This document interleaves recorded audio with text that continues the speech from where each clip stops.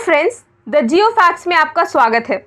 2004 में Indian ocean में हुई सुनामी की घटना आज भी बहुत लोगों को याद है, जिसमें करीब 30 फीट ऊंची लहरें उठी थी और इसीलिए इंडोनेशिया, साउथ एशिया और ईस्ट अफ्रीका में बहुत ज़्यादा तबाही हुई थी और करीब 2.5 लाख लोगों ने इसके चलते अपनी जान गंवा दी थी।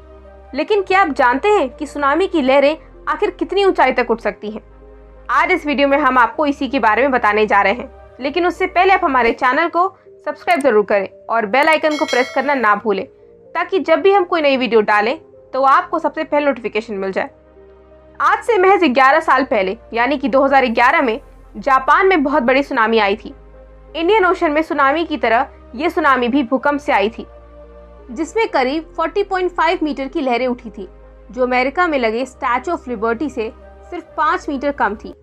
हालांकि सुनामी से ज़्यादा जान का नुकसान तो नहीं हुआ था, पर इसमें जापान को फाइनेंशियली बहुत ज़्यादा नुकसान पहुंचाया था, क्योंकि इसकी वजह से समुद्र का पानी 10 किलोमीटर अंदर शहर की तरफ आ गया था।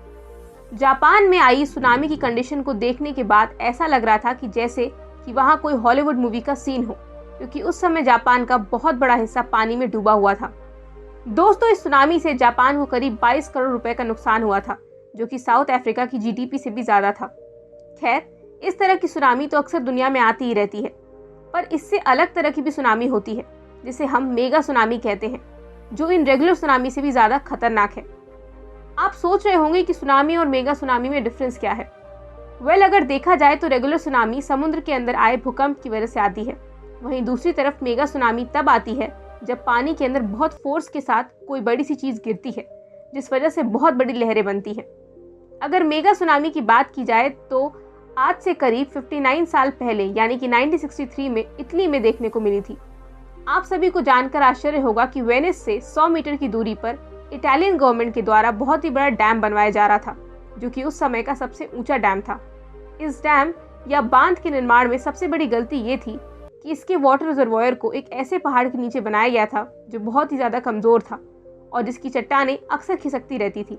जैसे ही 1959 में ये बांध बनकर तैयार हुआ, इसके कुछ महीने बाद ही इसके बगल में मौजूद पहाड़ के बहुत से टुकड़े टूटकर पानी में गिरे, जो एक तरह की चेतावनी थी।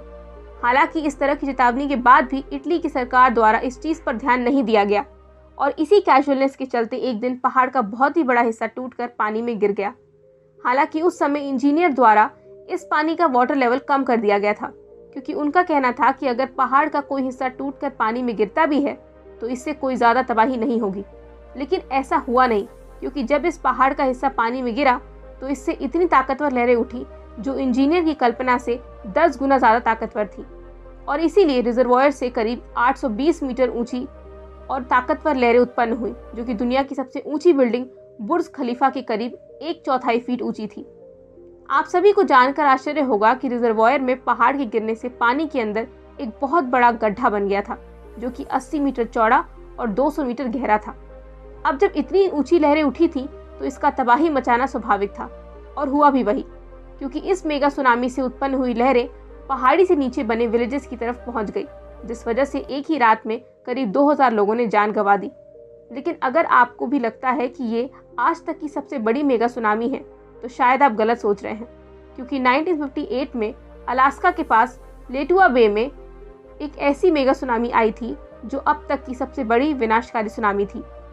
और इस सुनामी का सबसे बड़ा कारण था भूकंप, और इसी भूकंप के चलते वहाँ का ज़मीन खिसक गया था, जिस वजह से यहाँ पर मौजूद सारे पहाड़ के हिस्से पानी में टूटकर गिर गए और करीब 1722 फीट की लहर उत्पन्न हुई, जो कि बुर्ज खलीफा बिल्डिंग से 1000 फीट कम थी।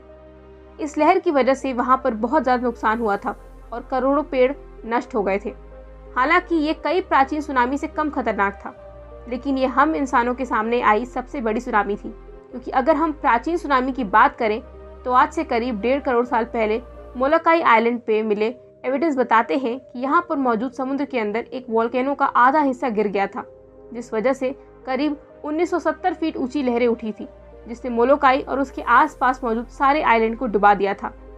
लेकिन क्या ये भी धरती पे आई सबसे बड़ी सुनामी थी? मुझे तो नहीं लगता, और आपको भी ऐसा नहीं लगना चाहिए, क्योंकि धरती पर आई सबसे बड़ी सुनामी आज से करीब 6 करोड़ साल पहले ही आई होगी, और वो भी उस एस्ट्रॉयड की वजह से जिसने धरती से डायनासोर्स का वजूद खत्म कर दिया था। इस एस्ट्रॉयड का नाम था चिक्सलू एस्ट्रॉयड, जो कि धरती के गल्फ ऑफ मैक्सिको रीजन में टकराया था और इसकी लेंथ करीब 10 किलोमीटर थी। और इस एस्ट्रॉयड में इतनी पावर थी कि जब ये धरती से टकराया तो समुद्र से करीब 5.1 किलोमीटर की लहरें उठी, जो कि हमारी धरती की इतिहास की सबसे ऊंची लहरें थी। और उसकी ऊंचाई तो द बुर्ज खलीफा बिल्डिंग के बराबर तो डेफिनेटली रही होगी, लेकिन जो करीब 6.5 करोड़ साल पहले हुआ उसके फिर से होने की चांसेस बहुत ज़्यादा कम है। तो इसमें आपकी क्या राय है, हमें कमेंट में ज़रूर बताएं। तो आज के लिए इतना ही। हमें उम्मीद है कि आपको ये वीडियो पसंद आई होगी। अगर आप लोग हमारे इस चैनल पर नए हैं तो हमारे चैनल द जियो फैक्ट्स को सब्सक्राइब ज़रूर करें और इस वीडियो को लाइक करें, शेयर करें और अपना ख्याल रखें। Take care, have a nice day ahead.